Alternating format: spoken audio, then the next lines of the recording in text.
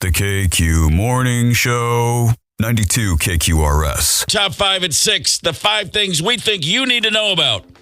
I already mentioned it is Friday the 13th. If you're worried about being unlucky today, if you're concerned about bumping into bad luck, you are not alone. 80% of Americans consider themselves to be, in fact, superstitious. The most common superstition we have, wearing lucky socks. Oh, the socks. Yeah, it's all about the socks, baby. Knocking on wood, lucky pants, and then I like this one, having a lucky coin. I like lucky pants. Lucky They're pants? all lucky, yes. Well, if memory serves right, there's been times when you were concerned about who might be, in fact, wearing your pants. Right? My lucky pants. Your lucky pants. I need to save all that for myself. I can't leave home. I can't find my lucky pants.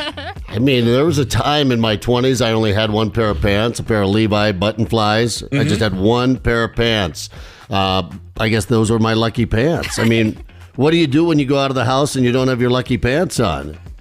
Thankfully, I don't have to think about those things. You guys never even give me grief. I've worn the same pair of pants for 31 straight months. It's just, and boy, I'm just, everything's going my way. The sun's shining right up my keister, baby, thanks to these lucky pants. 5% of people do say they plan on staying home all day to reduce their chances of having bad luck. There's a lot of us. There's a lot of us for whom staying home would be the epitome of bad luck. But I'm just saying, no judgment, just saying. Yeah. 5% of us are nuts is really what I mean to say on that one. Number 4 on your top 5 at 6. Big weekend ahead for Justin Jefferson.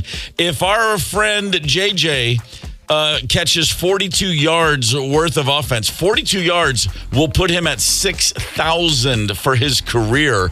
I imagine it's a safe bet he will get 42 yards on Sunday. He will have reached the 6,000-yard mark in 62 games. That is astounding. Only Lance Allworth has ever done that before, and that goes back to 1967. Join me, why don't you, on Underdog Fantasy. Believe me, I'll be going higher than 42 and a half yards for JJ. I'd be surprised if he doesn't do it in the first half. That's an incredible accomplishment for the Vikings wide receiver. Number 3 on your top 5 at 6. Shocker alert. Women really like attractive men and, in fact, give them more money. Oh, that's shocking. Men would never behave like that. Researchers found out that guys with an attractive face and an attractive voice are able to influence women to be more generous to them. Yeah. Well, and the guys wouldn't take the money either. Yeah, right. Hold on. You need the voice and the face? Damn it. Yeah, right. Oh, I know. man. I was close. I was halfway home right there. God dang it. Number 2 on your top 5 at 6, the Minnesota Twins, a minor league team. One of their minor league teams found a mole in their bullpen. Check this out. And by mole, I mean, one of their players was giving the opposing hitters pitch counts, pitch tips. He was giving up the ghost. A kid named Derek Bender was playing on a minor league team for the Minnesota Twins, their single A affiliate, the Fort Myers Mighty Muscles.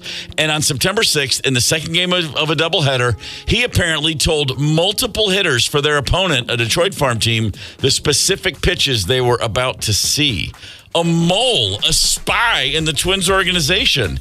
And by the way, how did the Twins organization find out their own guy was doing this? The opposing coaches told them after the game, hey, good game there, Roger. By the way, that boy over there, Derek, he was giving our guys all the pitches. Why? You know why? Because for the final 2 games of the season, instead of being in the dugout, he was placed in the bullpen, and he was unhappy, and he said, I just wanted the season to be over. Oh, okay. Well, I get it. We've had those seasons here in Minnesota. Plenty of them. Baseball, football, hockey. I tell you what, man, 188th pick this year. The kid signed for about $300,000. He's going to keep his bonus. However, the Twins will not be working with him anymore. That's a hard one to shake if you're going to try to get on with another franchise. How come it went south with the Twins? I don't know. I was giving our opponents the pitches. Good luck, kid. Maybe the Astros will pick him up as a scout. There you go. Now you're talking, Stros. Good morning to our friends in Roseville. We're glad to have you with us. Yeah. 651-989-ROCK is the KQ Talking text line. If you're listening in Roseville and you have a comment or you want to hear a song or you just have a complaint about, I don't know, any of it, feel free. Hit us up on the text line. Roseville. Glad to have you, Roseville. Finally, number one in your top 5 at 6. You all know what the Nobel Prize is. There's another prize called the Ig Nobel Prize, as in ignoble. It's a satiric prize since 1991 that is awarded in scientific research to celebrate unusual or trivial achievements. They say they want to honor achievements that first make you laugh, but then actually make you think. Again, this is the ignoble prize. This year's winner. Oh my goodness. Researchers in Japan have discovered that mammals can breathe through their, wait for it, anuses. I can exhale through mine. I was going to say, too, are we talking about both inhaling and exhaling? Because I'm halfway there. On a series of tests, rats, mice, and pigs, scientists found that animals absorb oxygen delivered through the rectum. And that work underpins a clinical trial to see whether a procedure involving your rectum could actually treat respiratory failure. I know this. If I'm in respiratory failure and you stick some sort of air hose up my 6, I'm waking right up. You're right. Yeah. That to me just sounds like that's as I'm not a scientist. Zepp, I am not a scientist, but I'm here to tell you that makes perfect sense to me. You know, they say if you OD, an ice cube will do the trick. It worked for Graham Parsons back in the day. Take an air hose. Really? Stick that thing up a 6, and I guarantee you, whoever you're talking to is wide awake, floating through the room. We found out, Steve, when he first started doing these early mornings, we had to air hose him right around 8:30, 9 o'clock, just to get him to the finish line. Yeah, we lost a lot of interns that way. If we don't have people willing to make the ultimate sacrifice for the KQ Morning Show, then what are we doing here? I don't know. It's madness. Oh, I don't know. What do we have on this show? We got a boomer, we got a couple of Xers, we got a millennial. Let's talk about the bands that shape our various realms, if you will. Hang tight. Connect with us on the KQ Talking text line. 651-989-ROCK. That's 651-989-ROCK. 92 KQRS. I'm Steve Gorman. This is the KQ Morning Show. It's Friday, September the 13th. I know. I'm waiting for like a blade to come plunging out of my chest from the back, while laying in my hammock. Here it is, just blood, and then just blood comes spurting out of my mouth just as I was about to get it on with the hottest chick at the cabin. That was Kevin Bacon, I believe. He's the one that got it through the chest. Yeah, right? I think you're right. It wasn't it? it? A young Bacon? And Really? in the bunk bed. Bacon in the bunk bed. Yeah, Bacon in right. the bunk bed. I like it. No making bacon there. Holy smokes. Jeez, oh, Pete. Let's talk music, gentlemen and lady. Here's the thing. This is why I've said many times, music is the best, because whatever you think, you are right. Like the 4 greatest bands ever. I'm right, you're right. I mean, I'm more right, but listen, that's not the point. Music always wins. There's no scoreboard. There's no referees. We don't have judges to mess it up. All we have is our experiences with the music, our connections to the music, and that is the real true magic of life. I mean, at least for me it is. Plus, the right soundtrack, the right song list, it can help you get laid and stuff. So, here's the thing. If you want to talk about magic. The 4 biggest bands, the top 4, the 4 Mount Rushmore bands for like me and Zepp, Gen X, Dad Rock. We said it yesterday. Aerosmith, AC/DC, Van Halen, and Guns N' Roses. And I want to know if that list is accurate or if it's completely back crap crazy. 651-989-ROCK. You can text us your thoughts on this. Boomer rock, we came up, the big 4 was the Beatles, the Eagles, Led Zeppelin, Rolling Stones. You want to swap somebody out? You want to tell us we're crazy? Feel free. And we do already have, there's text messages, a band, Lynyrd Skynyrd, getting a little bit of love as one of the, that would that be Boomer Rock or Gen X Rock? I guess that would be, it's 70s. That would be Boomer Rock. Yeah, I think that's probably Boomer Rock. I was thinking Allman Brothers as well, but Lynyrd Skynyrd had the hits, They were the bigger band, definitely, than the Allman Brothers band. But, then I go back to just the band itself. Bob Dylan and the band doesn't work its way in there for the boomers. Once you go down the rabbit hole, you just keep going. What about Hendrix? Can you put that in there? Oh, sure, you could put him in there, but we're talking bands, right. And he's just looked at as Jimmy. Jimmy is Jimmy, and the experience is great. But so they were only together a little while. I mean, you don't think of that so much as a band. Right.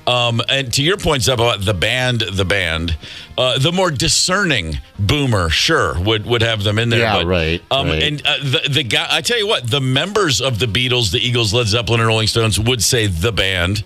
Because the band is the band that inspires other bands, and then those bands are the ones that the knuckleheads like us grow up thinking, "Oh man, this is the coolest thing ever." But I'm dying to hear what everyone thinks of these lists because I will and I have.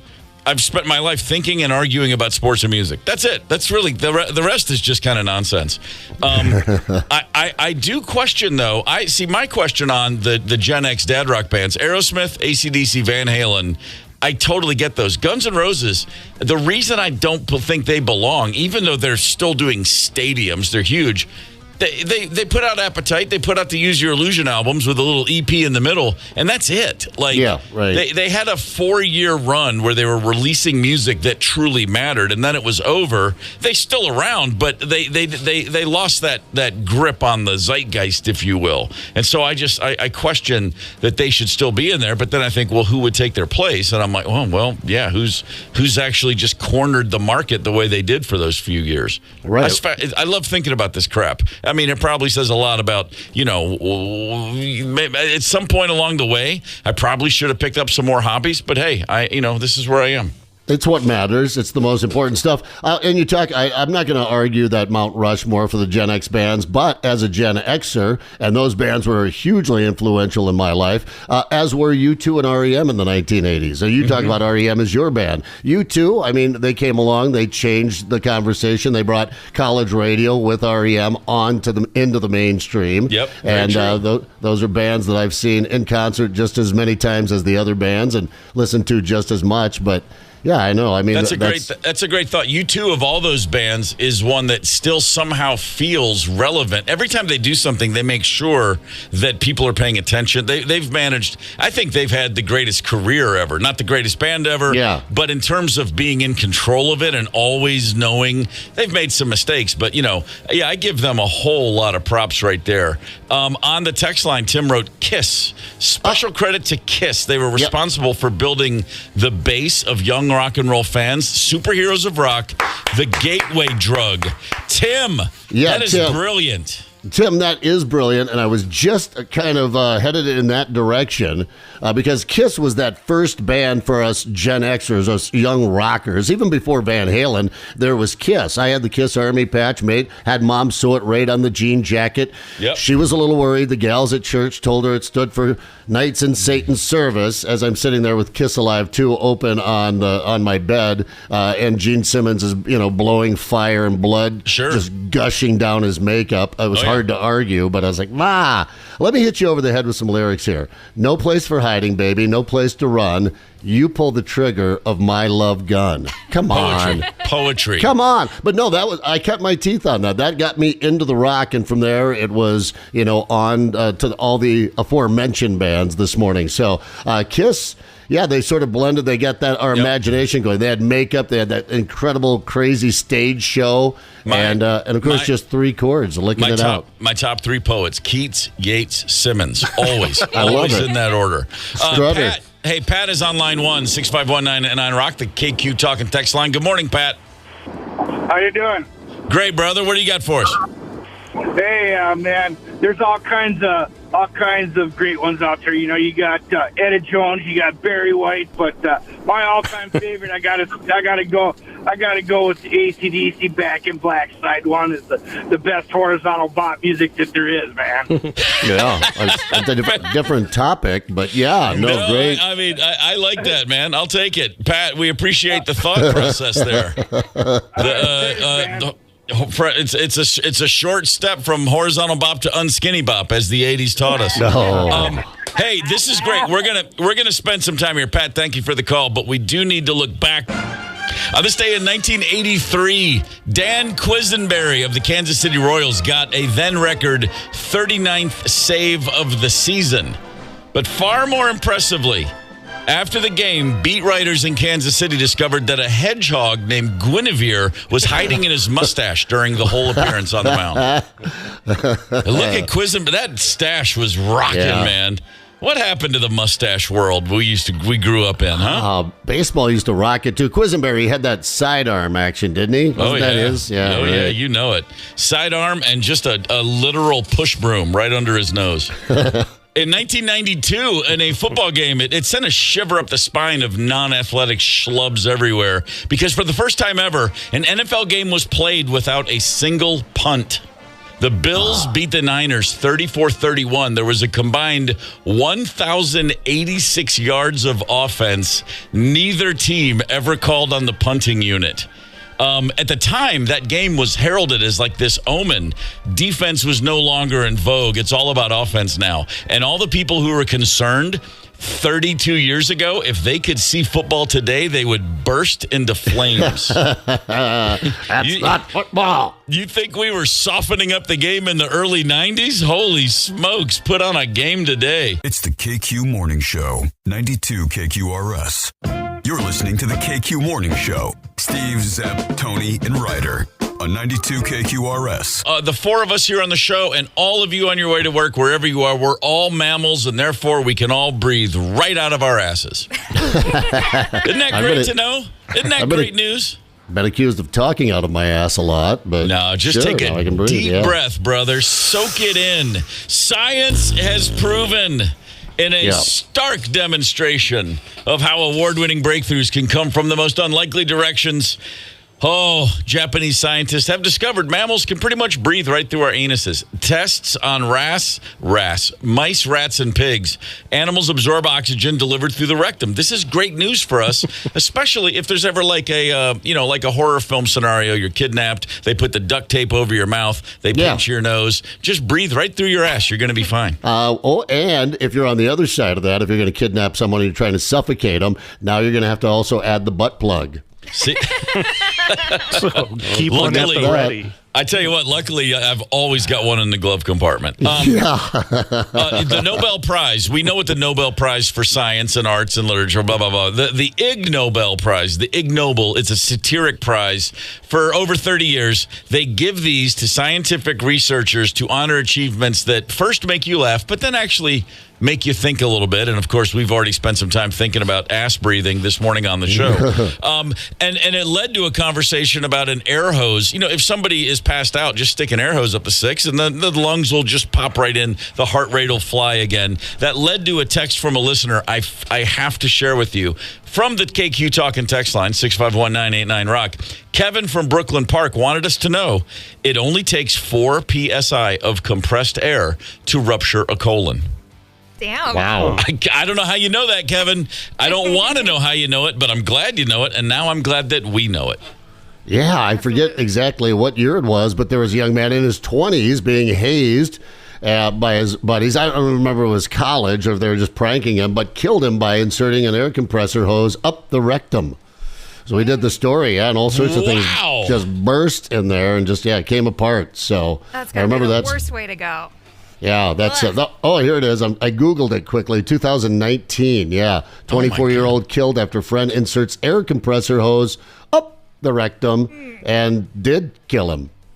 I mean, he was like my best friend. That's what you do. I mean, I love the guy. I couldn't tell him I loved him. I mean, we're guys. So I just figured how better to show my deep abiding affection, my brotherhood, if you will, than by getting that air hose and sticking it up his six. It's easier than shopping for a card.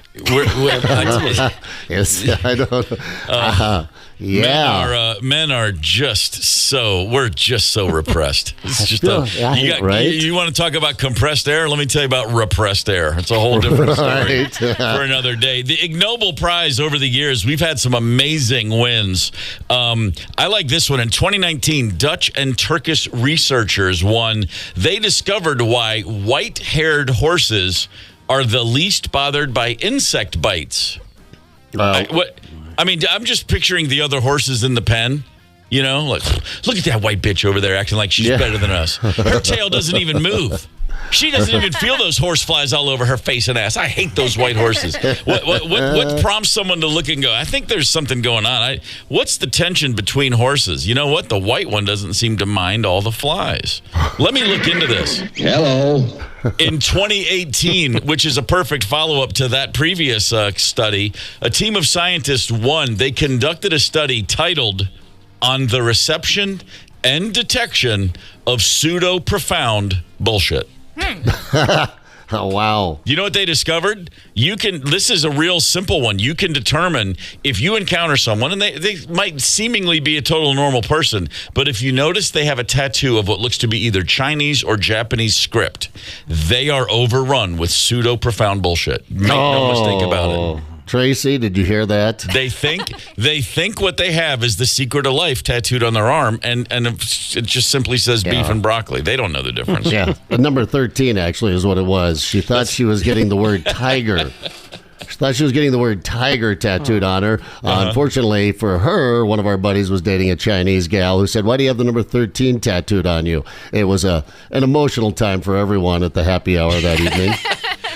I had there a were shirt. Tears. I bought a shirt at like a Goodwill. It was a work shirt, like a gas station, an old school shirt where it has the name on the chest right there, like over the pocket. Sure. But it was in what I thought was Japanese. I didn't know. It was some Asian lettering.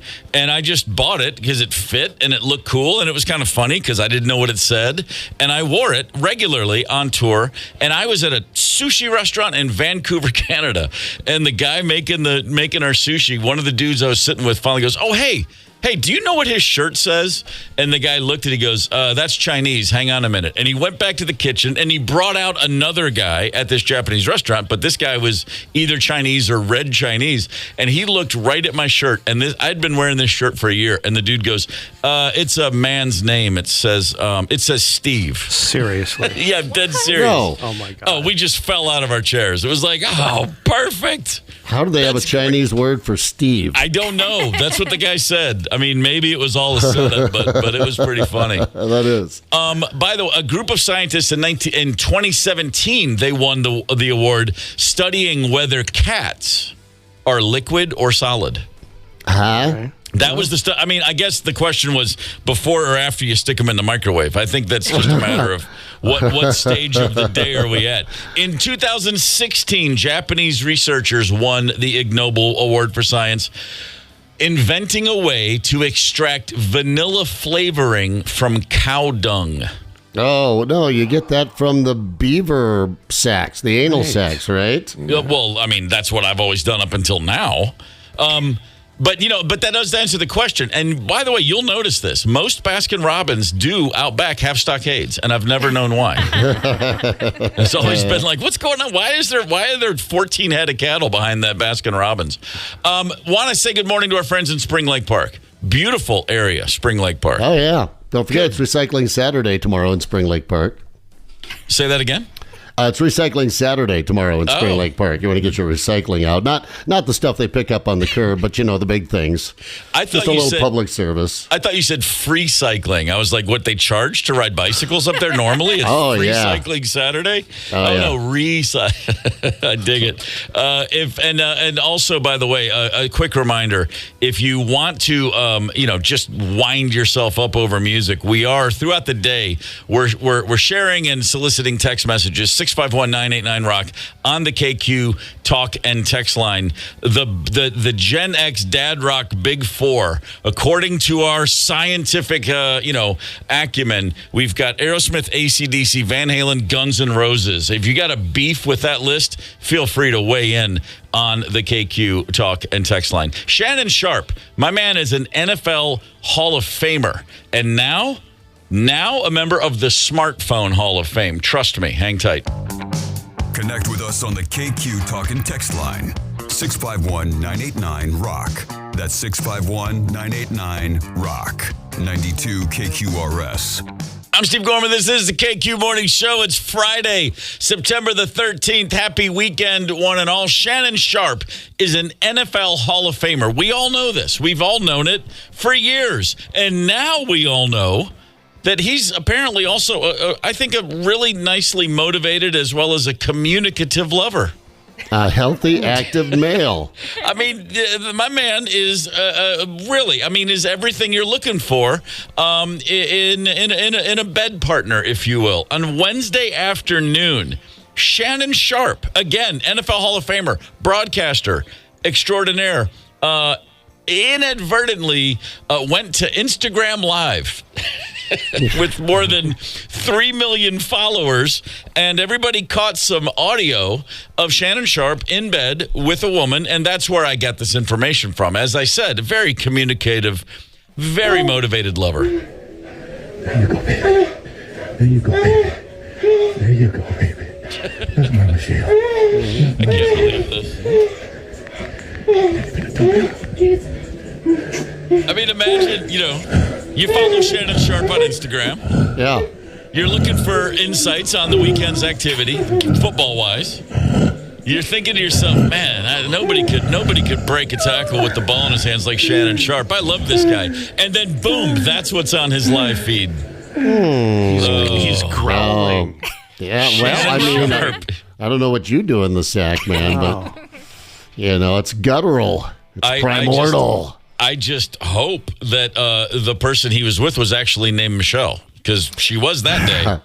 Yeah, I don't know. Is this scandalous as in he's married? Is this Dave Grohl scandalous, or is this all right? No, he's just doing his thing. It's just oops. Yeah. No, so it's not scandalous at all. It's just a little oopsie. It's embarrassing. I think the most embarrassing part of it, because, who cares? This sounds like most hotels I've been in, right there on the other side of the wall. Although I heard someone across the hall one time. You're really getting after it then. I had to knock on the door, make sure everything was okay. But I think the scandalous part was he came out and said that his account was hacked. Right. And they were working on getting to the bottom of this. He panicked a little bit, but there's no reason to panic. Shannon, you're an active, healthy dude still getting it on at 55, 56 years of age? That a boy. He then reversed course yesterday, or I should say last night, on his podcast called Nightcap. It was an emergency episode. He said, obviously I'm embarrassed. I'm someone that's extremely private. And to have some of your most intimate details on audio heard for the entire world to hear, I'm embarrassed for a number of reasons. To which, as I'll echo Brian Zepp's thoughts, dude, congratulations. You're doing great. Yeah, fantastic. This is fantastic work. You know how that could have gone? Like, what's wrong? I don't know. You're just not. Well, here, can I... You know what? Why don't you just finish? Don't worry about me. No, I don't want to finish if you're not going to. Now it's, all right, okay, let's try. What's that other position? I can't. My back hurts. It could have gone many different ways. What we heard was, I think, that's like a 7, I think, right there. I feel like everybody got their cookie. No, it's going to be okay. I saw this. Seriously, a yogi taught me, if I pull your underarm hair in just the right way. Right. See? Yeah. There we go. Yeah. There wasn't anything too kinky or weird, No. Longtime ESPN analyst and personality, and now I'm not sure who she's with, but Michelle Beadle has been a very famous sportscaster for years. She simply shared on social media yesterday, "Not me." Which is, I'm sorry, that's really pretty good. Get out in front of it, yeah. Yeah, and it sounded like, and by the way, Shannon Sharp doing the Lord's work right there, because there's a poll. There's a poll of people. Okay, there was a poll taken of people. They say, we're looking for information from people who have a very healthy and good sex life. And the average amount of time, the average roll in the hay, as they say, or in Young Frankenstein, as they say, roll in the hay. The average roll in the hay should be about 35 minutes. Whoa. That's 15 minutes of foreplay, wow. 15 minutes of actual engagement, and then 5 minutes of cuddling. Can we negotiate some of that? It's just, Sure. I've had a long day. I had a big meal. No, I'm just saying, but on average, if that makes for a good sesh, if you will, 35 minutes. That's a high five. Unless you're 19, then 35 seconds, I think, gets the job done. But you're ready to go again 35 seconds later. Well, and 35 times. That's the main thing. That's right. Then you just asked 35 times at 1 minute apiece. Okay, sounds good. 35 minutes, it's too long. That's too much. Okay, thank you. Yes, and I'm a morning sex person, so I have a whole agenda of things that need to get done. But yeah, the morning sex gives me... I don't have time for this. She has sex with her watch on. I'm just saying. Hey, it's Tuesday. I have the fitness app on. I can picture. It's Tuesday. You've got Thursday's protocol. No. Tuesday. Totally different situation here. Let's go, man. Chop, chop. Yes. Yeah. Gotta get, and I get so much energy when you do it in the morning, so I'm ready to jump out of bed and take on a whole bunch of other activities. I'm sorry. What are you speaking English? Energy after sex? What are you talking about? Yes. Yeah, right. Yeah, I love the chats. I love falling asleep to the chats. So do you think come on with the chit chat there, but no, I agree. I think the nice thing about being in a long-term relationship is it's efficient, Let's get to it. We know where the apex is here. We know how to get to you do that and I'll go this way a little counterclockwise and we're out of here. But yeah, 35 minutes on average. Sure, that sounds nice in print. I think it would be an amazing thing to take if you could time travel, find a young couple just getting to know each other, late teens, early 20s that's going to be together. Like find people who end up together and then show them their sex in their 40s. Like if you could somehow say, by the way, this is what it's going to sound like in your 40s. And they'd be like, what? Why are we talking about dinner? What? Why on earth is he talking about work in the middle of sex? The difference between the things you share during sex throughout the times of your relationship. Yeah. It's pretty hilarious. Right. And it does come full circle. And then, at some point you find yourself, you're back and it's like, just straight up animalistic hedonism, like there's no tomorrow. And then you're like, well, what was that 20-year diversion where we were talking about recipes? What was going on there? These things happen. Yeah, it's life. 35 minutes. All right. I've got 35 minutes on me. Pretty much any time. I can always push whatever's on the docket for 35 minutes if need be. I think that was back in my, in the partying days. We talked about, being able to play your best game of pool or throw your best game of darts after that second beer. But by the time you get to the fourth or fifth beer, the game's gone awry. Oh, yeah. I think 35 minutes was when I had, about four let's make it 3 old fashions. Now I'm ready to go. Now it's, I'm ready to get after it. But 4 or 5 old fashions, then you get into the whiskey wiener. And anything less than that, then the clock gets a little short. Have you ever timed it? Because we've done these on the show before, and then I would go home to my significant other and go, okay, 35 minutes, you ready? Hit the timer, and, you're taking your time, and 7 minutes later, you're like, oh, crap. We really rushed through that. We're supposed to still be doing foreplay for another, 8 minutes. Yes. It's once you put the clock on it, but then there are those nights, then you had it all night long, Suddenly the sun was coming up, and things hurt. I saw Willie Nelson last week at the Outlaw Music Fest, and he opened the set with Whiskey Wiener. Whiskey Wiener, take my mind. And I was like, man, I forgot about that one. He's got so many good ones. Yeah, I love that. Hey, as long as we're talking about, pleasurable sexual activity, let's take a left turn. There is a manhunt happening in Washington, D.C. Police are investigating. Long story short, a homeowner returned to her home about 5:30 p.m. And notices she's got Ring camera footage of somebody outside her front door. This is right in town. Right. Her camera recorded a man with a lunchbox. He walks up her driveway and he lodges a cucumber in the grill of her car. What? Just walks up, looks, and he's looking around, making sure the coast is clear, pulls out a cucumber, puts it in the grill of her car, and then turns his back to the car and begins to use that cucumber, which is prone and held upright, in a sex act. That's about the only way I can describe this. He uses a cucumber that he is lodged into the grill of her car so that it will not move. He uses it to perform a sex act on himself. What in the hell? It's the beginning of the end, I'm telling you, man. An American with a vegetable? I don't believe it. It's shocking. The problem here isn't that the man is pleasing himself with a cucumber. It's that we have these cameras that capture this. I want to go back to the old days when you never knew which one of your neighbors was pleasing himself with a vegetable using your car as a prop. That's the world I want to return to. Yeah, right? Ignorance was so bliss, wasn't it? Think about the people in your neighborhood when you grew up. Right away, you go, oh, you know what? Never occurred to me. Of course that guy was doing it with plants. We all have one of those neighbors, and we never knew because we didn't have Ring cameras. Marvin Palmer. That's all I'm going to say right there. Let's move. Oh, God, I hope he hasn't moved to Minnesota, the metro area. Man, hey, we have some of this weirdo's neighbors right here. I want my neighbors to know and keep an eye out for this person. I want parents to be mindful. They're high school students. They walk by themselves to and from school. Just children walking around. You just have neighborhood kids, elementary school, middle school, and high school. It was that eye contact that really unsettled me because it then continues for longer than one would imagine.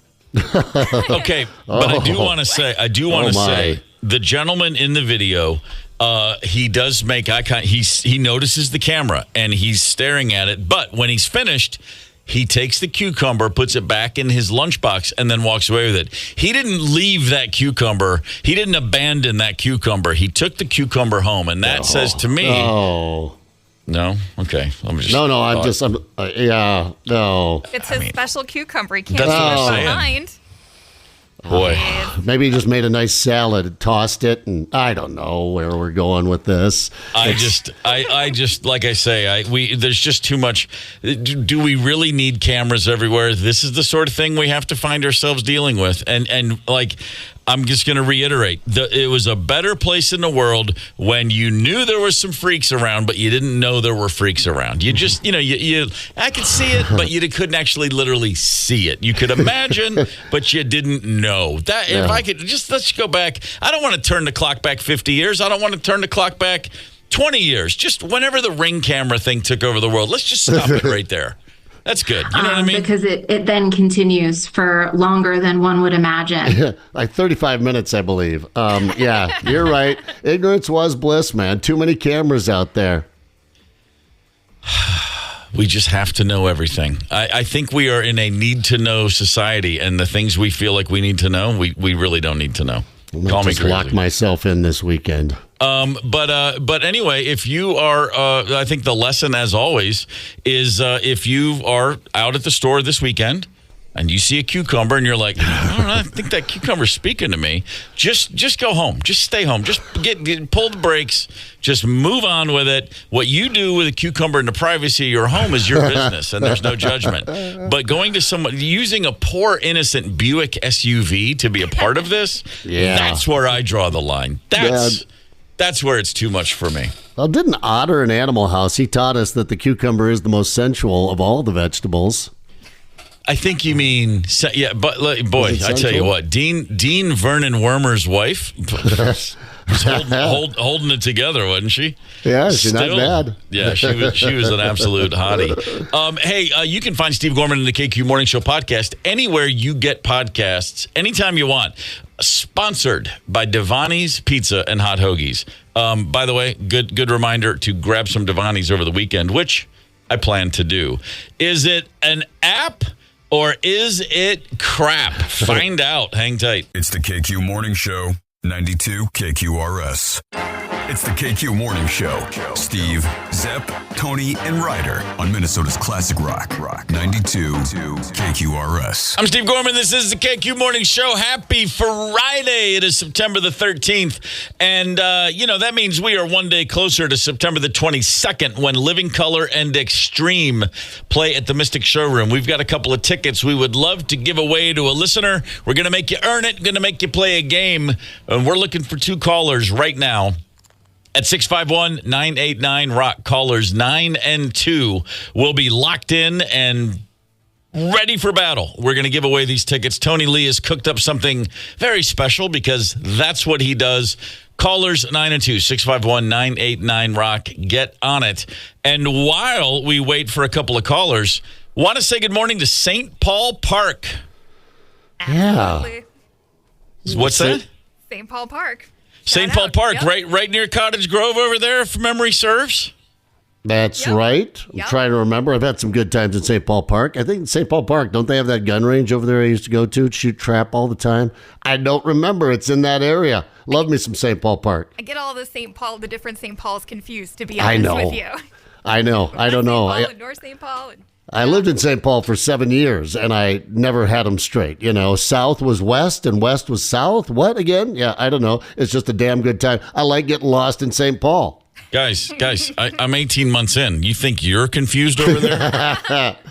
Yeah. It's absolutely ridiculous. I have never seen Extreme. I've seen Living Colour, and Living Colour is a great band. Vernon Reid is a tremendous guitarist. I love the way that man plays. So I'm sure that show will be more than worth attending and competing for and fighting for. You can call me, an old homer for Vernon Reid and Living Colour. But yeah, big fan and a lovely guy, just the nicest fella in the world. Extreme singer Gary Cherone, if you remember, famously the lead singer of Van Halen for A Cup of Coffee. Almost infamously, really. the Van Halen 3, I believe they called it. And he was in an impossible situation. Yeah. It was a no-win situation. But the best part of the Van Halen 3 era was they released it was like MTV or VH1 showed a live concert from Australia.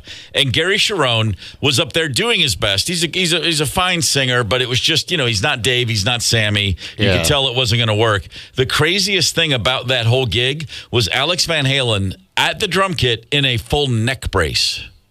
Oh, I remember that. Remember? Yes. What happened? What was the deal going on there? I don't know. I never heard the story. I thought to myself, well, if you want people to talk about you, that's a successful effort because they did. I've never forgotten it. And I always thought to myself, one day I too will wear a neck brace on stage just to see if it gets anywhere near the attention as when Alex Van Halen did. One of these days, maybe, he's got a new book coming out. Maybe he finally spills the tea on what that neck brace was all about. If you don't show up to the Craigan's Resort broadcast in a neck brace, I'm going to be disappointed. And your choppers you received last year from one of our listeners and a neck brace. The choppers will be there, and now I've got a few weeks to lock down a neck brace. As people sign it, it'll be really nice. This is going to be an amazing trip. I can't wait. But right now, but before we get up to Craigan's, we do have to give these tickets away. We got a couple callers ready to rock. Tony, who do we have? Yeah, let's get techie and crappy apps. They can be life-enhancing, but also time wasters. But we love them, don't we? So we're giving you a name and a brief description, and you guess, is it a real app or is it made-up crap? App or crap? I like it. Isn't app or crap? Isn't that the little thing like like in a web address like so and so app or crap? Oh no, ampersand. Sorry, that's a different word entirely. All right, let's do it. App or crap? Contestant number 1. Did you say we have John? Yeah, John from New Hope. John, good morning, sir. Hi, how you guys doing? We're great, brother. Give me your favorite band all time, John. Tom Petty and the Heartbreakers still holds number 1 for me. Beautiful. Favorite team, any sport? I'm a big Vikings fan, being born and raised here. Very nice. All checks out. All right, it's time for app or crap. Good luck, sir. Thank you. All right, John boy. First up is Hubert's homework.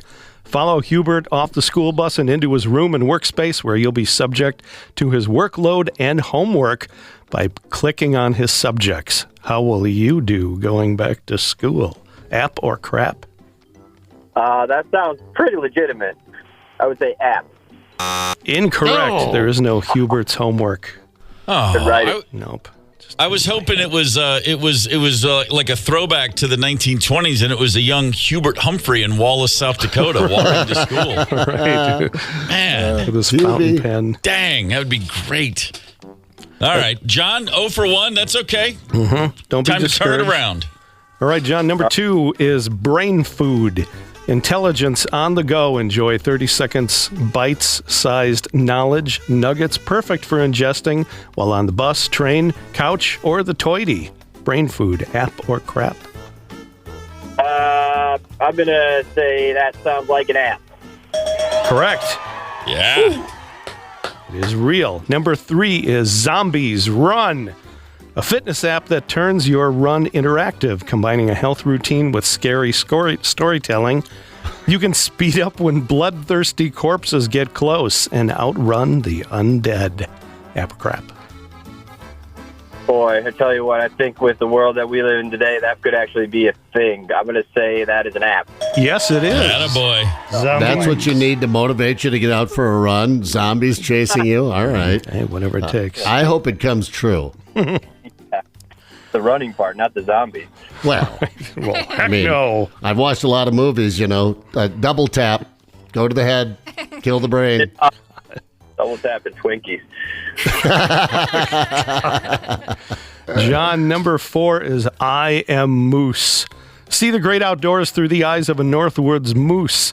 The screen shows the view as first person as if you were the moose, eating, trudging through landscape, even getting shot by hunters with simulated pain tremors via your earbuds. App or crap? You know, as much as I would like to experience that, that sounds a little bit like crap to me. It is crap. John, I don't know if you can hear it. I think we can all tell when Tony's trying really hard not to laugh. Stop it. He said, I am Moose, and there's this faint little... I can't help it. That description that should be a T-shirt. Johnny, you have one more. This is number 5, Plasma Pirate.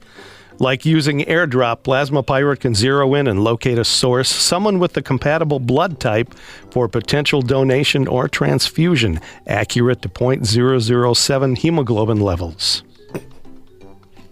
That sounds a little bit too invasive. That sounds like crap. You are correct. Oh, I had to turn my mic off at the hemoglobin level line. I did too. I was just cracking up. A little too invasive for John. Yes, don't even know what that means. Just a little too invasive. Where's the line? Where's the Rubicon? All right, John, well done. Was that 3 for 5? Or was it, did I get that right? Was it 3 for 5 or 4 for 5? No, I don't keep score, you guys. I think it was I thought it was 4 for 5. Yeah, 4 for 5. Yes. Yep, it was. You're right. Correct. Yeah, just making John sure. agrees. It was 4 for 5. No, it was. Man, well played, sir. John, it's time to put you on hold for a moment. Thank you. Well done. It's time to move on to contestant number 2. I believe we have Rachel. Rachel, good morning. Good morning. Rachel, who's your favorite band? Guns N' Roses. The Gunners. Good old Gen X. Rachel, give me your favorite team, any sport. I'm going to have to go with Timberwolves. I like it. Right. Good time to be a Timberwolves fan. Okay, Rachel, it's time to play app or crap. John got 4 for 5, so you got your work cut out for you. Good luck. You can do it, Rachie. Number 1 is Flighty, making air travel smoother. This airline concierge monitors departures and arrivals, tells you about the plane you're on and your spot on the runway. App or crap? I'm going to go with app. Way to go. Flighty? Flighty. Oh, my God. I know, it's cute. Number 2 is Crayola Create. The world of crayons opens up to you. In collaboration with the Smithsonian Institute, color, draw, doodle, and create in a safe place to develop self-expression where colors come alive. Oh, wow. I'm going to go with app. Yep. Doesn't that sound fun? Yep. Maybe not. All I know is when I want to creep people out, I write them personal notes in crayon. Love Steve. That's it. All right, Rach, number 3 is Monkey UFC Monkey Do. Just like the UFC, but with the ultimate fighters being chimps. Choose from a variety of videos where masters of martial arts and speed boxing battle for dominance and superiority, and a bunch of post-match bananas. App or crap? My gosh, I hope it's crap. Is that your answer? Yes. It is crap. Whereas I was hoping that was a real app myself. I would be downloading before you even finish the game if it was a real app. Who doesn't want to watch fighting chimps? I just couldn't wait to get to the banana round. Rachie, number 4 is Cowboy Elvis. Move over Westworld, an avatar of the king himself is set amongst a wagon train in the Old West. Elvis clears the saloons of bad guys and gets the girl. Ugh. Let's see. I'm going to go with crap. Yep. It ain't real. It was real. 1960, Flaming Star was the name of the movie. Oh, the Flaming Star. Rachel, you are 4 for 5, which means right now you are tied with John. If you get this next one right, you have won the tickets. Good luck. Ooh, okay. Good luck, Rach. Hungry, Hungry Hippies.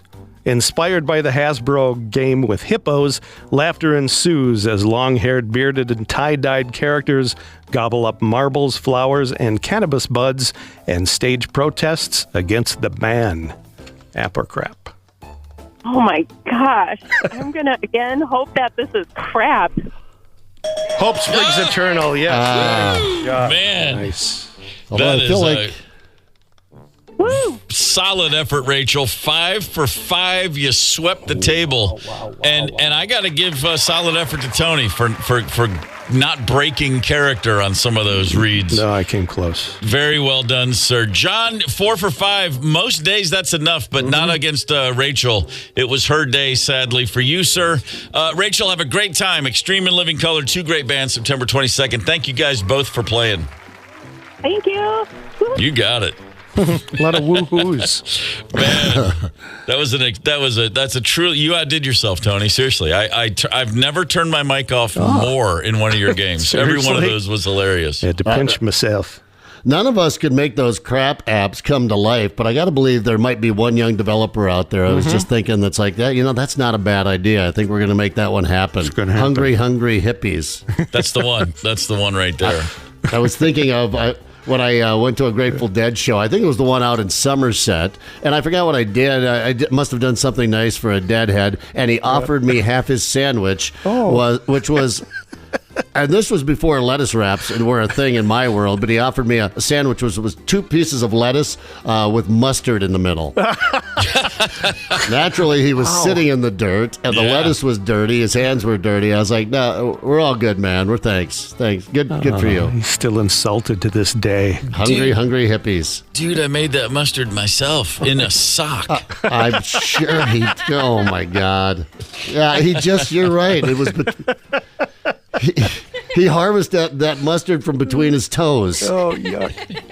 Hey, Riverbed, where's my mustard sock? Oh. Yeah. Oh, well, we're bringing our mustard socks up north. KQ up north with Hoffman Weber Construction. October 3rd through the 6th. I will bring my choppers and my neck brace. Cragen's Resort on Gull Lake. Join us, won't you, for a broadcast of the KQ Morning Show. We're going to have a karaoke party, a dinner cruise, live music, and more. Tickets are flying. I say this sincerely. You need to get on the stick if you want to be a part of this. Book your stay right now, 92kqrs.com. Sponsored by Hoffman Weber Construction. And, of course, Cragen's Resort on Gull Lake. That is that's like 3 weeks from now. That's great. I can't wait. Here in Brainerd. Yeah. Right up there in Brainerd, by God. It is Friday the 13th for the more superstitious among us. Stay at home, lock your doors, shut the windows, don't even turn the lights on, for God's sakes. How do all of these bizarre superstitions, how do they work their way into our culture? Where did they come from? Let's examine. Hang tight. Connect with us on the KQ Talk and Text line. 651-989-ROCK. That's 651-989-ROCK. 92 KQRS. I'm Steve Gorman. This is the KQ Morning Show. It is Friday the 13th. Thanks, Romans and Jesus and everybody responsible for freaking everybody out for thousands of years. 13 people at supper. Jesus went down on a Friday, and then for the rest of time, we all freak out on every Friday the 13th. It doesn't seem like a fair shake to me. Thanks, it seems Jesus. like a bunch of phooey to me. Phooey. Hong Kong phooey. Breaking a mirror, another huge, or as my dad would say, huge superstition over the years. Ancient Romans, the Romans again. Yeah. Romans believed that mirrors held a piece of your soul. And then go figure. We know now it holds cocaine. Well, apparently so. We just heard the song. And a separate myth said that our body renews itself every 7 years. Which, cellularly speaking, that might very well be true. You might be a whole new person with cell regeneration every 7 years. I'm not sure, but that was a myth. And then mirrors holding a piece of your soul was a myth. Therefore, you merge those two things together, and you get a nice sandwich. No, what you get is 7 years of bad luck if you break a mirror. Go figure. Yeah, that makes sense. I think my body's missed a renewal or two. I'm feeling that way myself. I fully relate to that. A black cat. A black crap means A black crap means, well, good for you on the fiber intake. A black cat crossing your path. Well, black cats got a bad rap in the Middle Ages because they were associated simply with witchcraft and demons. Well, nothing's changed. That's exactly what they're still associated with. We had a black cat for years named Marbles. Marbles was blind as a bat, and there's nothing evil about that cat other than watching her walk around the house cluelessly bumping into things. Yeah, I'm just saying. Sounds adorable, really. Well, that's it. Black cats are fun now. Back in the day, they get you burned. But we've come a long way. That cat lived to be 19, by the way. 19 years of 19 years of bouncing into things. And by the way, that demonic thing, it snowballed into the idea that if a black cat crosses your path, they were blocking your connection to God and your path to heaven. See, suddenly I don't feel so ridiculous about throwing salt over my shoulder. I don't actually ever do that. How about this? Okay, again, it's Friday the 13th, so let's go down the list. Walking under a ladder. In medieval times, ladders were associated with the gallows, where people were being hung or were hanged would be the proper. Yeah. So a person who walked under one might be facing their own death by hanging in the near future. Oh, come on, that's silly. I mean, these are all silly. What am I talking about? This is all completely associated insane. with dad falling off the ladder, hanging Christmas lights. Oh, really? Ladders. I mean, that's what I think of when I think of a ladder. Was there some cussing involved? Always cussing involved. Where there's Christmas lights, there's cussing. There's a few of these I've never heard of before. Oh, real quick, I do want to say the last one. Stepping on a crack. I'll break your mama's back. European and early American folktales, which said that the empty spaces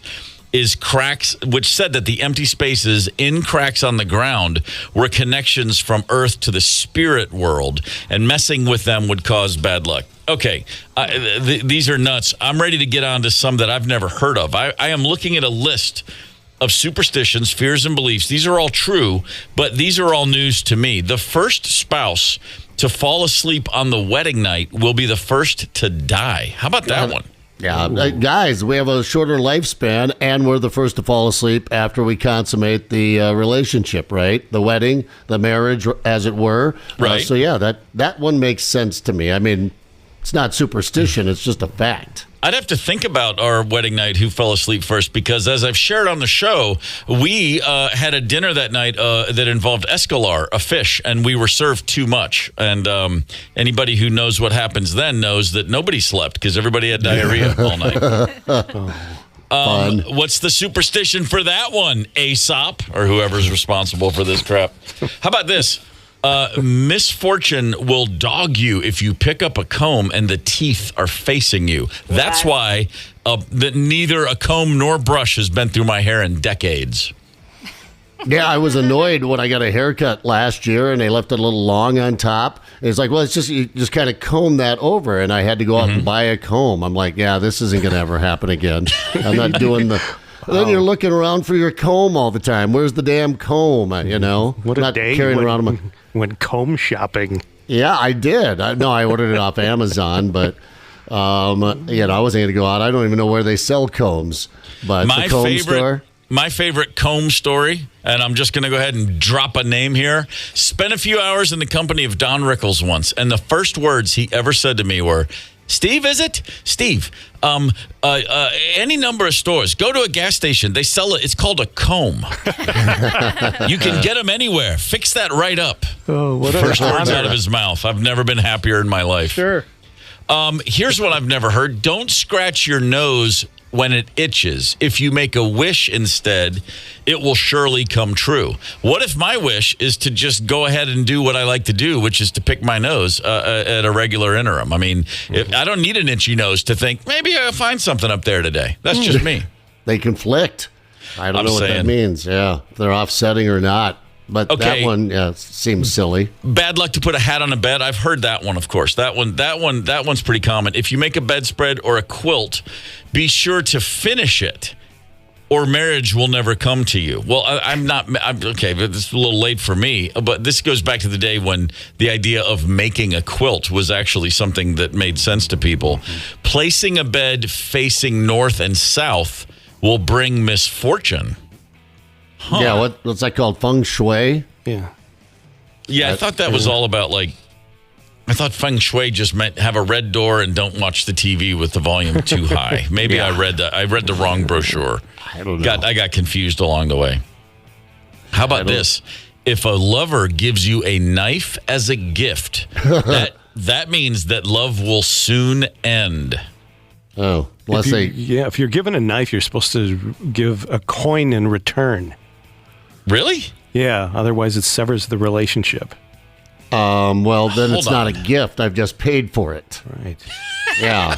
So it's called a transaction. Yeah. This is just simple business transaction.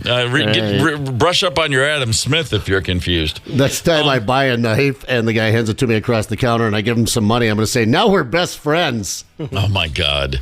I'm trying to think of the last time someone presented me with a knife. And now, in the modern age, who's got coins in their pocket? I mean, can you Venmo?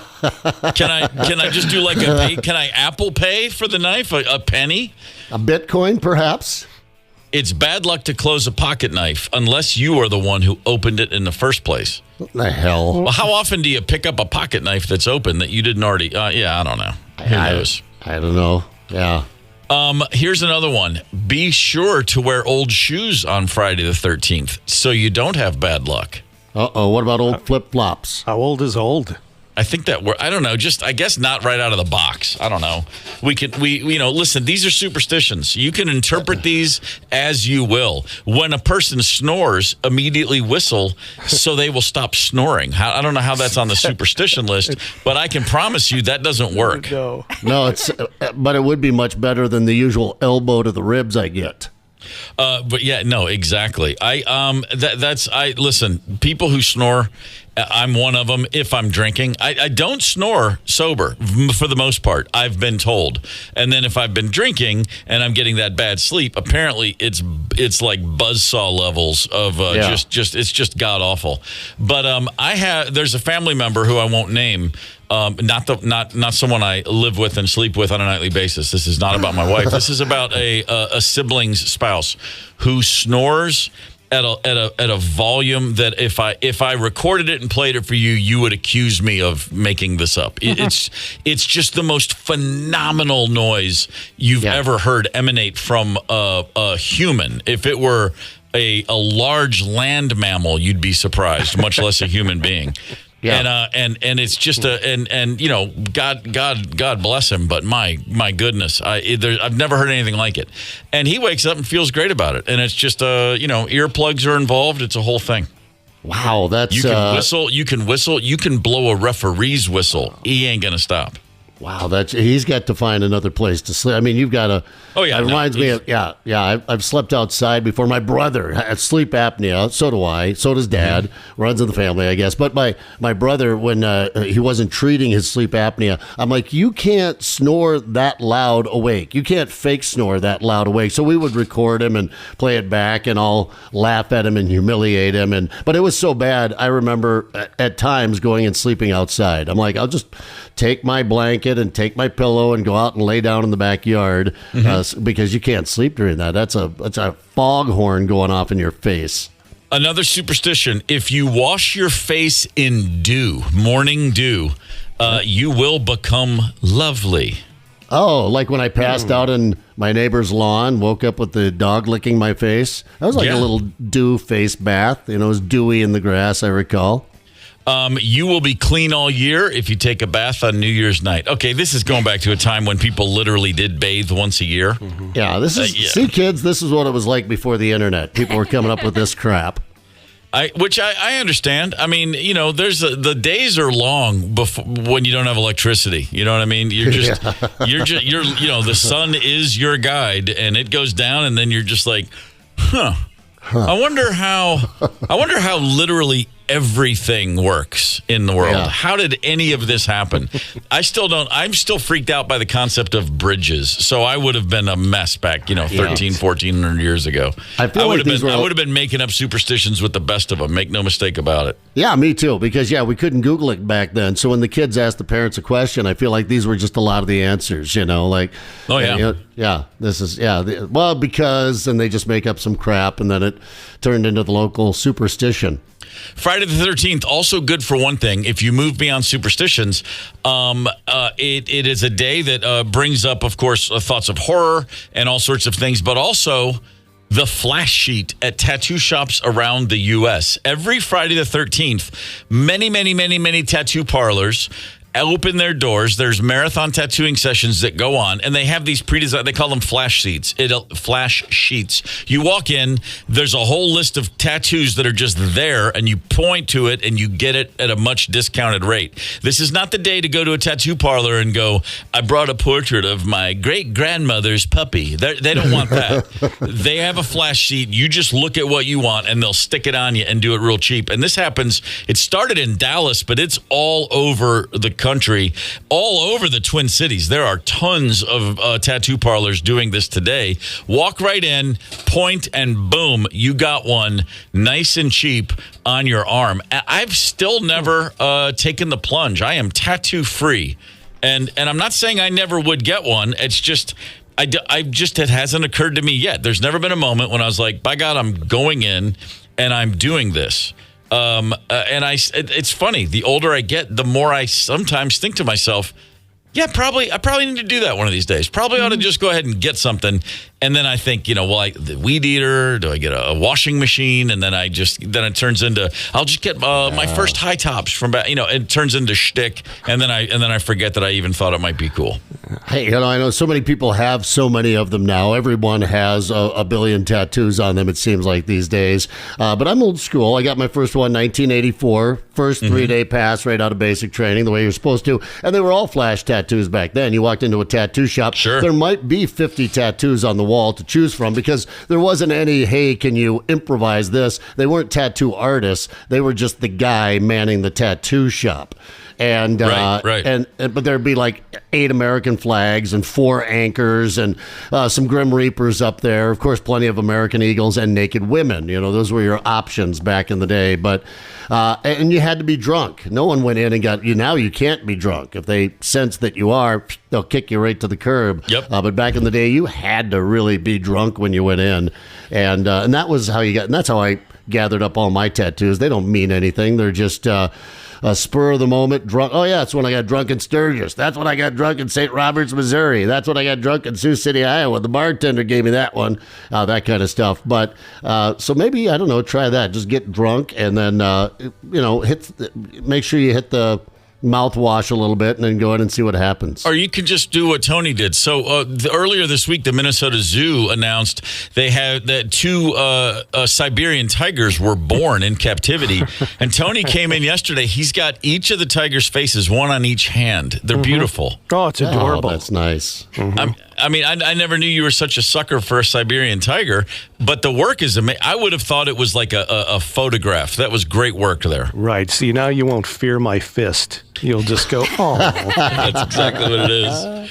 That's awesome. And then Ryder on each, across her knuckles, self-made on both hands. That's impressive. Damn straight. Yeah, that's... Ryder, any tattoos? Have we already talked about this? I don't think we have. I have a pretty big back piece that you guys haven't seen because, Come on, dude. you? I do. Yeah, I wear a shirt to work. It's like, vines and like I do wear a shirt to work. Is it a Siberian tiger coming through the vines?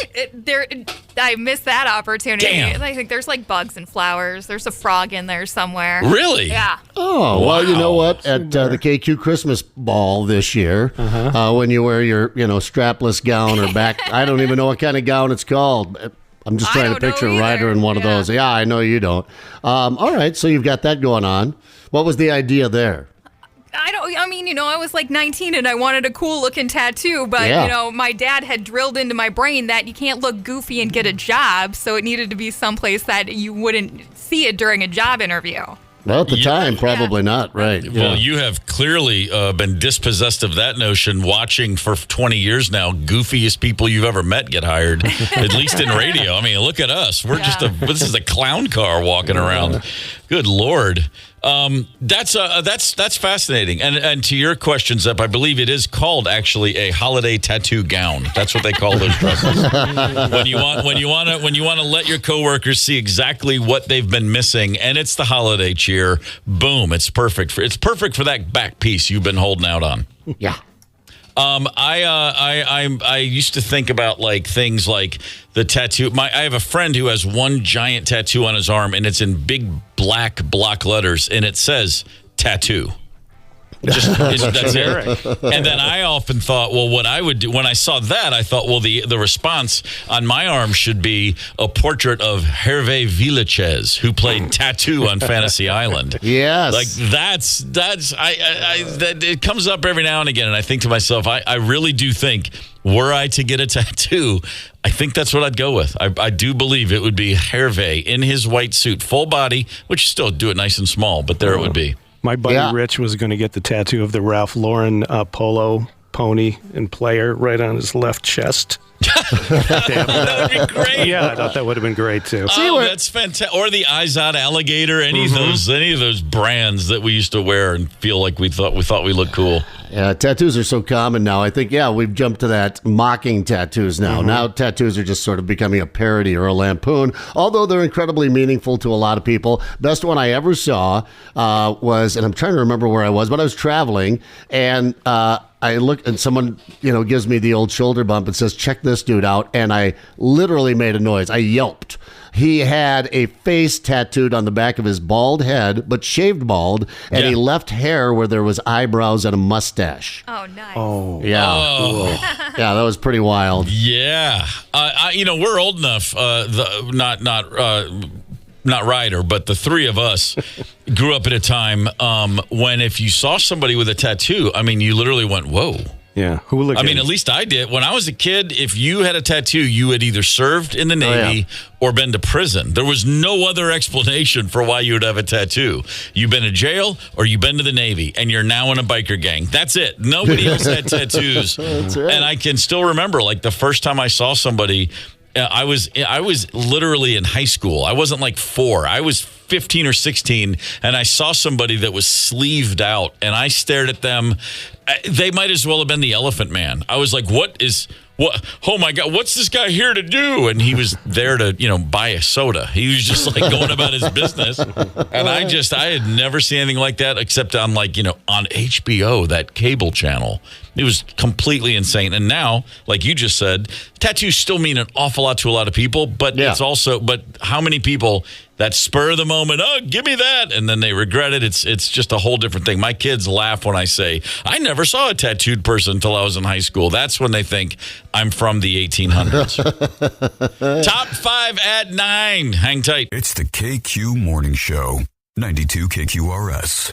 You're listening to the KQ Morning Show. Steve, Zep, Tony, and Ryder on 92 KQRS. I'm Steve Gorman. This is the KQ Morning Show. Good Friday morning. It is Friday the 13th. Great news if you're looking for a tattoo, as we've been discussing. Tattoo parlors all across America and all across the Twin Cities and surrounding areas. You can go in and get a nice, cheap tattoo today if you like one. If it's a spur-of-the-moment thing, hey, man, go for it. 651-989-ROCK is the KQ talk and text line. We have a caller on hold, I do believe. Is he still there? Yeah, Mitch is there with his tale about ink. Mitch, lay it on me, brother. First things first, favorite band, who is it? Well, that would be Pink Floyd. The album would be Wish You Were Here. Right. I like the specificity, my man. Give me your favorite team, any sport. It would have to be the Vikings, brother. That'll work. All right, what's your tattoo story? Okay, so me and a brother of mine were rolling through central Louisiana back in 2009, and I spotted a little bar coming up, and I pointed and said, let's go. We pull in, go get a burger and a beer, and we walk in, and the bartender, she is gorgeous, and she has crystal gale hair. I mean, almost wow. Kind of hair. Beautiful. You saw her tattoos, and she comes walking around. She says, let me show you mine. She bends over and drops her hair, and it just hits the floor. And on the back of her neck, now she had it tattooed so when her head was down, you could read it. It said, let go. I know what I'm doing. Oh, my God. I'm in love. Oh. Whew. That one caught me off guard, so I laughed so damn hard I couldn't believe it. Good gracious. That is incredible. And so then, did you honor her by getting the same tattoo on the back of your neck? No. Okay, good. Just wondering. Right on. That's top shelf stuff right there, brother. Thank you. You bet you. You guys have a great day. Got a text here. It says a text on the KQ Talking text line. I got a tattoo. My grandparents obviously didn't like it. I was over at their house playing cards with my grandma. She got a good look at my partial sleeve for the first time. She looked at me with a disgusted look and said, but people in prison have tattoos. See? That's what I was talking about. It used to be just the Navy and just the cons. That was it. I know. It's the only time I think I've ever heard my mom swear, and she called me an asshole. I called her after my 3-day. I was basic training. Called her after my 3-day pass. Everybody gets out there in the phone bank, and you all line up, and you get a couple of minutes to call mom. And called. She answered, Mom. Oh, Brian, how you doing? I said, great. I got a tattoo. And she goes, oh, you're an asshole. I'm like, Mom. She goes, respectable people don't get tattoos, Brian. And she was right, of course. I am an asshole, and I'm not respectable. But we've gotten past it. Well, we've got a lot of respectable folks listening down in Shakopee. Thank you for being with us. Good morning, Shakopee. There are tattoo parlors in Shakopee, I know for a fact. Oh, yeah. And they're probably, I'm sure, offering the same kind of deal. If you're looking, this is the day to get it. But to everybody down in Shakopee, right on, happy Friday the 13th. Watch yourself. Watch the cats. Stay away from mirrors. Do all that. Or just go on about your business like it's any other day. Because if somebody didn't say it's Friday the 13th, how would you know? You know what I mean? How would you really? Oh my God, that's how you would know. Oh, for God's sakes, whatever you do, don't go pee in the woods tonight. Man, make no mistake about it. All right. No skinny dipping tonight. Let's get to the top 5 at 9. That sound reminds me, look out. Listen, if the prettiest girl in school wants to give you to Zep's point, wants to say, I've always wanted to talk to you. Can we take a walk down that dark path? Don't do it. Just don't do it tonight. It is Friday the 13th. This is my favorite thing. 80% of us claim to be superstitious on some level. 80% of Americans, that is. The most common superstition that we all share, lucky socks. I love that. I love the idea that more than a few people think their socks are lucky. Knocking on wood, a lot of people do that. Crossing our fingers, sure. But then number 4 on the list, lucky pants. That's right. Lucky pants. Wear them, love them, live them. Yeah, I've had a lucky hat. Still have it, my grain belt hat. That's my lucky hat. But yeah, I guess just a lucky piece of clothing. Socks, I don't quite understand. Pants, they come and go, but hats, they're forever. They are. Number 4 in your top 5 at 9. A couple of breweries over in Wisconsin are finding themselves in court, essentially over the term "oop." You've got Ope Brewing in West Allis and Minocqua Brewing Company. Ope is their name. They're suing each other basically over the fact that they both use the word "ope." No. Yeah, it's our company's trademark name. You're stealing it to put it on one of your beers. You're calling your beer Ope. We're called Ope. Guys, it's Ope. I don't think anybody can claim Ope. Thank you. As a trademark. Yeah. No, Nobody in Wisconsin. That's our word. Oh, yeah. Now, there's the border battle there because I've gotten into it with Wisconsin people. They're like, no, OPSARs, and I'm like, no, OPSARs. And then we say that we're going to go outside and fight about it. And one of us says, let me just squeeze right past you here on the way out the door. Here we go. Oh. Yeah, you can't claim OP. That belongs to the people. It's like having a beer. It's like having a beer called For Crying Out Loud. I mean, those are the expressions. The people. That's the poetry of the people, for crying out loud. Number 3, the Ig Nobel Prize. You got the Nobel Prize for science. Now, since 1991, there's another offshoot, the Ig Nobel. It's a satiric prize, but it is given to unusual or trivial achievements in scientific research. Achievements that make you laugh, but also make you think. And this year's Ig Nobel Prize goes to a group of Japanese scientists who found, after testing their theories on mice, rats, and pigs, mammals can breathe through their anuses. Oh, yeah, baby. Oh, so that's yeah. Talking Yeah, I get it. Here's what I love. You tell mom and dad, I'm a radio DJ, and mom's like, oh, well, what are you going to do then when you grow up? But when you go home and tell mom and dad, I'm going to be a scientist, they get very excited. Are you going to cure cancer? What are you going to do? Are you going to get us to Mars? Mm-hmm. No, I'm going to discover one day that mammals can breathe out their butt, Mom. I have a new expression here. You know how when you want to say someone stupid, you call them a mouth breather? I'm going straight to ass breather. Number 2 on your top 5 at 9, the Vikings this weekend. Good chances are we'll see an incredible accomplishment from Justin Jefferson. 5th season in the league. History will very likely be made on Sunday.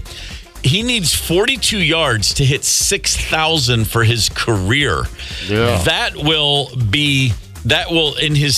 is his 62nd game. He'll be only the second player to ever do that in 62 games. 42 yards puts him over 6,000 in 62 games. I mean, the man is averaging just under 100 per start. That is incredible.